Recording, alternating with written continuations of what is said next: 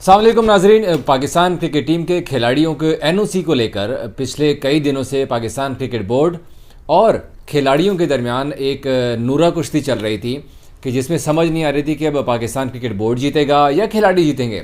लेकिन आज बिलाखिर तमाम तर जो खिलाड़ी हैं एनओसीज़ के मामले के ऊपर आज खिलाड़ी जीत गए और पीसीबी ने घुटने टेक दिए खिलाड़ियों के सामने।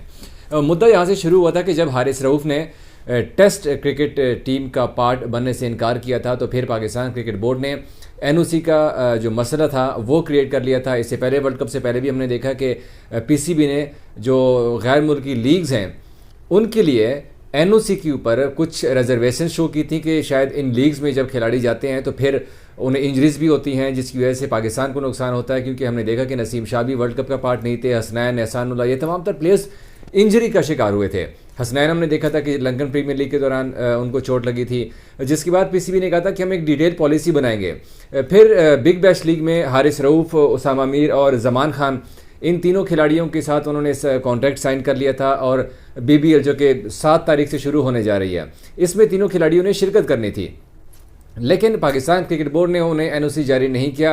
हालांकि मेलबर्न स्टार्स ने तो हाउस ऑफ रऊफ़ के नाम से एक पूरा पवेलियन हारिस रऊफ़ के नाम से जो है वो रख लिया था, उसका नाम रख लिया था। लेकिन आज क्योंकि हारिस रऊफ़ ने जाना था बीबीएल में शिरकत करने के लिए, लेकिन उनको एनओसी नहीं मिला था, जिसकी वजह से वो आज नहीं जा सके।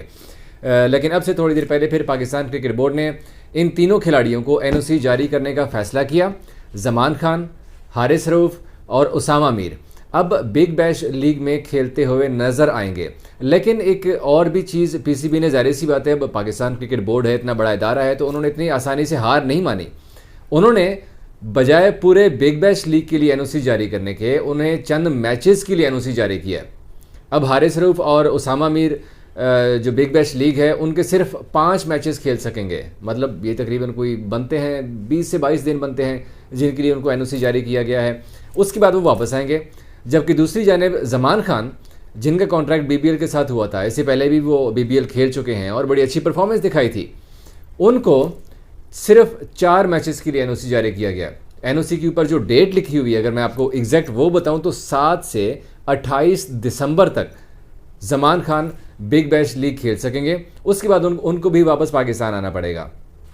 अब आप सोच रहे होंगे, जाहिर सी बात है एनओसी पीसीबी का काम है जारी करना, लेकिन पीसीबी का काम तो है जारी करना।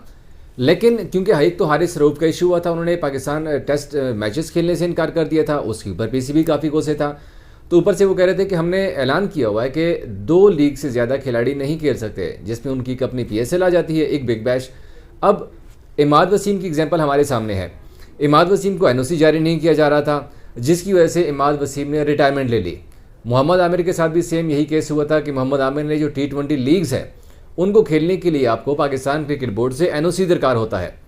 लेकिन आमिर को भी एनओसी जारी नहीं किया जाता था, क्योंकि रमीज़ राजा, आपको पता है कि उसके दौर में रमीज़ राजा ने कितनी बातें की थी आमिर के खिलाफ, तो आमिर के लिए भी हर्डल्स क्रिएट की जा रही थी, तो इसीलिए आमिर ने भी रिटायरमेंट ले ली थी। तो अब ये इम्कान जाहिर किया जा रहा था कि अब अगर पाकिस्तान क्रिकेट बोर्ड ऐसे ही खिलाड़ियों को तंग करता रहेगा तो फिर पाकिस्तान के बड़े सारे प्लेयर्स ऐसे तैयार बैठे हुए हैं जो कि कहते हैं कि भाई ठीक है, अब पाकिस्तान क्रिकेट बोर्ड की जानिब से खेलने से आपको एक थोड़े से पैसे मिलते हैं, जबकि अगर आप 1 से 2 लीग्स खेलते हैं तो आपके पूरे साल की इनकम साइड पे हो जाती है। तो इसीलिए अब खिलाड़ी को सोच रहे थे कि भाई अगर हमें लीग्स के लिए पीसीबी ऐसे ही तंग करता रहेगा तो फिर वो रिज़ाइन का सोच रहे थे, वो रिटायरमेंट का सोच रहे थे क्रिकेट बोर्ड से। दूसरी जानिब अब जाहिर सी बात है पाकिस्तान क्रिकेट बोर्ड ने एक तरफा फैसला नहीं है, इसके ऊपर ऑस्ट्रेलियाई क्रिकेट बोर्ड का भी प्रेशर था। अब मेलबर्न स्टार ने जब उन्हें हारिस रऊफ़ के साथ कॉन्ट्रैक्ट साइन किया, उनके हाउस ऑफ रऊफ़ भी रखा वहाँ पे, तो डेफिनेटली अब अगर आप अपने खिलाड़ी ऑस्ट्रेलिया की लीग या वट एवर बीपीएल है, लंदन प्रीमियर लीग है, उनकी लीग में नहीं भेजेंगे, उनको एनओसी नहीं देंगे, तो फिर वो ममालिक भी अपने खिलाड़ी आपके पीएसएल में नहीं भेजेंगे। यही सीन ऑस्ट्रेलियाई क्रिकेट बोर्ड के साथ हुआ कि ऑस्ट्रेलियाई क्रिकेट बोर्ड के इंटरफेरेंस के ऊपर फिर पीसीबी को एक स्टेप पीछे जाना पड़ा और उनको ये एनओसी जारी करने पड़ गए। क्योंकि बिग बैश में तो 1 से 2 दिन रह गए हैं शुरू होने में, वो तो शुरू हो जाएगी, और फिर अगर शुरू हो गई और आपने अभी तक एनओसी नहीं दिए तो फिर डेफिनेटली आपकी पीएसएल आने जा रही है। फरवरी और मार्च में पीएसएल भी खेलने वाली है और उसके अंदर ऑस्ट्रेलियाई क्रिकेटर्स ने ऑलरेडी रजिस्ट्रेशन भी कर लिया है, जिसकी तफसील मैं आपको एक अगले वीडियो में बताऊंगा कि कौन कौन से इंटरनेशनल स्टार्स इस बार पीएसएल 9 में खेलेंगे, किस खिलाड़ी ने रजिस्ट्रेशन करवाई है और किस खिलाड़ी ने इस बार रजिस्ट्रेशन नहीं कराई, किस मुल्क के खिलाड़ी ऐसे हैं, ये तमाम तर डिटेल मैं आपको अपने अगले वीडियो में बताऊंगा। लेकिन आज क्योंकि एनओसी का इशू था और ऑस्ट्रेलिया क्रिकेट बोर्ड ने बाकायदा इंटरफेरेंस की है पाकिस्तान क्रिकेट बोर्ड के साथ, उनके साथ ये मामला उठाया है कि अब अगर पाकिस्तान के खिलाड़ियों को आप एनओसी जारी नहीं करते तो फिर ऑस्ट्रेलिया भी ऐसे कर सकता है फ्यूचर में, क्योंकि नो डाउट पाकिस्तान का फ्यूचर जो एफटीपी है, फ्यूचर टूर प्रोग्राम, वो बड़ा टफ जा रहा है। अभी ऑस्ट्रेलिया के साथ टेस्ट सीरीज़ है, उसके फ़ौरन बाद पाकिस्तान ने जनवरी में न्यूजीलैंड के खिलाफ 5 T20 इंटरनेशनल मैचेस की सीरीज़ खेलनी है। फिर पाकिस्तान ने पीएसएल भी है, फिर न्यूजीलैंड की टीम ने पाकिस्तान का दौरा करना है, पाकिस्तान ने इंग्लैंड का भी दौरा करना है, इंग्लैंड के साथ भी मैचेस हैं, नीदरलैंड्स के साथ भी मैचेस हैं जो कि मनसूख हो गए थे, वो शायद दोबारा से उनके ऊपर रीशेड्यूल हो जाएँ वो वाले मैचेस। तो ये सारी चीज़ें तो पाकिस्तान की हैं। पाकिस्तान का अगला जो एफटीपी है वो बड़ा ऑक्यूपाई किस्म का है। लेकिन अगर आप एनओसी के ऊपर मामले पे तंग करेंगे, अब शाहीन ने, क्योंकि शाहीन जाहिर सी बात है T20 के कैप्टन बन चुके, इसलिए उन्होंने IL T20 में उनका एक अच्छा खासा हैंडसम मुआहदा हुआ था शाहीन का, लेकिन शाहीन ने वो मुआहदा छोड़ दिया क्योंकि तब न्यूजीलैंड के खिलाफ सीरीज़ शुरू हो रही थी और शाहीन को ऊपर से T20 का कैप्टन भी बनाया गया था। अब कुछ लोग शायद ये भी सवाल कर रहे हो कि जब न्यूजीलैंड के खिलाफ सीरीज़ 12 जनवरी से शुरू हो रही है तो फिर इन खिलाड़ियों को इतनी जल्दी बुलाने का मकसद क्या है।